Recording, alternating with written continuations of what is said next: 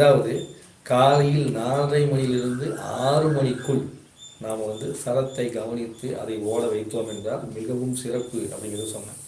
அதுக்கப்புறம் பார்த்தீங்கன்னா, அல்லது சூரிய உதயத்திற்கு முன்பு 20 நிமிடம் அல்லது சூரிய உதயத்திற்கு பின்பு 20 நிமிடம் சரத்தை அந்த சரத்தை ஓட்டுறது ரொம்ப ரொம்ப சிறப்பு அப்படிங்கிறத சொன்னேன்.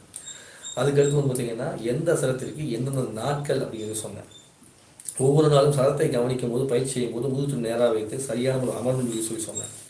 சரிங்களா? அதுக்கப்புறம் அந்த கர்ம வினை அதிகமாக இருந்ததுன்னா உங்களை போட்டு பாடாப்படுத்தும். அதனால் அது மாதிரி ஏதாவது வந்துச்சுன்னா அந்த கர்ம வினையை தூக்கி எறியதுக்கான வேலையை செய்யுங்க. அது கூட இறங்கி போகாதுன்னு சொல்லிக்கிறேன். அப்போது ஒவ்வொரு நாளும் அந்த நாளை மாற்றும் போது 3 நாட்கள் இடகலைக்கும், 3 நாட்கள் பிங்கலைக்கும். பிங்கலைன்னா வலது ராசி, இடகலைனா இடது ராசி அப்படின்னு சொல்லிக்கிறேன். அப்போது திங்கள், புதன், வெள்ளி அப்படிங்கிற 3 நாட்கள் அப்படிங்கிறது இடகலைக்கும், சனி, ஞாயிறு, செவ்வாய் அப்படிங்கிற 3 நாட்களும் பிங்கலைக்கும்.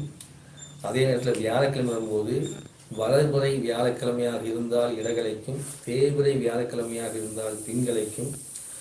அதுலேயே பார்த்தீங்கன்னா பௌர்ணமியாக இருந்தால் இடகலைக்கும், அமாவாசையாக இருந்தால் பிங்கலைக்கும் சரம் ஓடுன்னு சொல்லி உங்களுக்கு சொல்லிக்கிறேன். சரிங்களா? இப்படி நாம் இந்த சரத்தை இப்படிலாம் பார்த்துக்கிறோமா? இந்த சரத்தை நாம் தவறான விஷயத்திற்கு பயன்படுத்தினோம்னா சாபத்தில் மாட்டிக்குவோம்.